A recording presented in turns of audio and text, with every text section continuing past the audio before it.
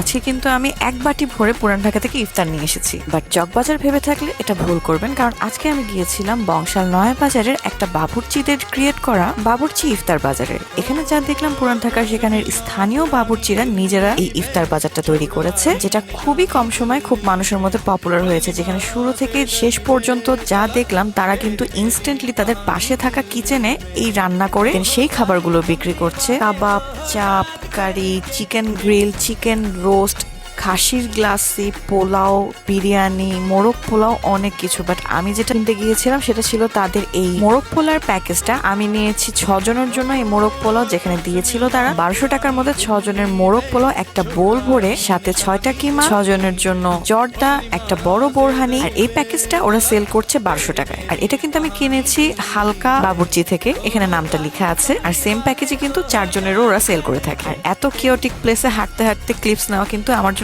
বেশ কষ্টের ছিল। সামনে এগোতেই অনেক ধরনের শরবত এন্ড ড্রিঙ্কস এর অপশন দেখেছি, বাট আমি নিয়েছি মহব্বতের শরবত। পুরান ঢাকার বাবুর্চিদের হাতে বানানো মহব্বতের শরবতটা তো একটু ট্রাই করতেই হয়। তারপর নিয়ে নিলাম এই মামাটার থেকে মাঠা। আর অনেক অপশন দেখেছি, সামনে বাদাম শরবত, ফালুদা, এগুলো ছিল। এইখানে কিন্তু যদি নেক্সট 2-3 দিনের মধ্যে আসা হয়, উপর 2টো থেকে 2:30টার মধ্যে আসতে হবে, আদারওয়াইজ আমার মতো এরকম গ্যাঞ্জামের মধ্যে ভিডিও বা খাবার নেওয়ার জন্য দাঁড়িয়ে থাকতে হবে। যে জিনিসটা বেশি ভালো লেগেছে, তারা খুব আন্তরিকভাবে আমাদেরকে খাবারগুলো প্যাকেট করে দিচ্ছিল। And experience was 10 on 10। तुझसे मिलना पुरानी दिल्ली में छोड़ आए निशानी दिल्ली में।